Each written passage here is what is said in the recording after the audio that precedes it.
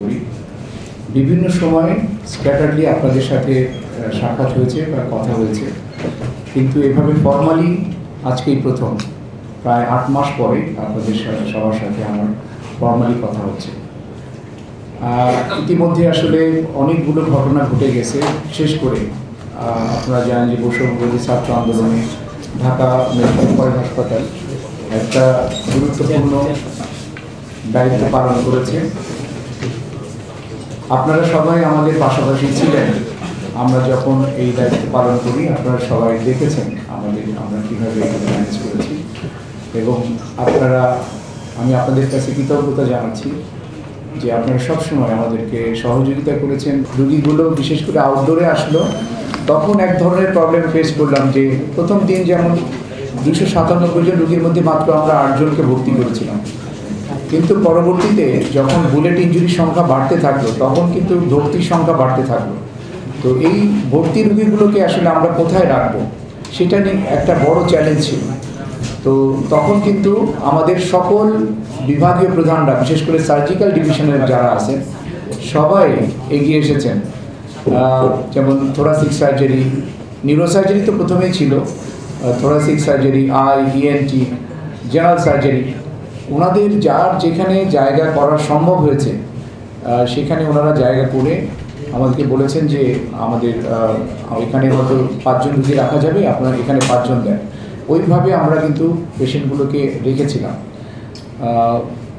প্রায় 30টা ওয়ার্ডে আমাদেরকে রুগীগুলো রাখতে হয়েছিল প্রথম দিকে, কিন্তু পরবর্তীতে আমরা যখন পেশেন্ট আস্তে আস্তে কমে আসলো আমরা একটু ডেডিকেটেড সার্ভিস দেওয়ার চেষ্টা করলাম।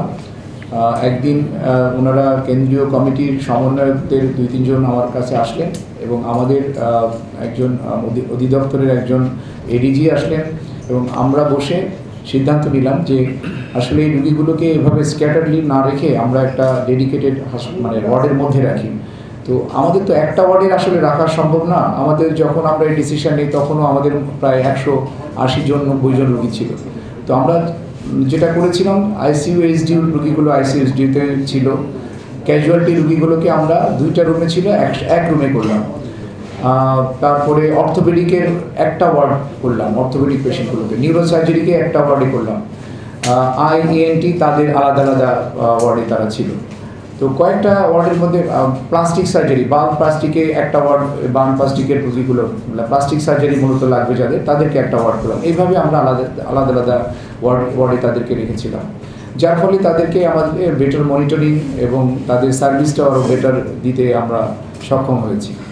তো আস্তে আস্তে এখন রুগী কমে এসেছে আমাদের কাছে, এখন 100 জনেরও কম আজকে, যেটা ডক্টর আশা বললেন এটা গতকালের হিসাব, আজকে আরও কিছু কমে গেছে, 89 এই মুহূর্তে আমাদের রুগী।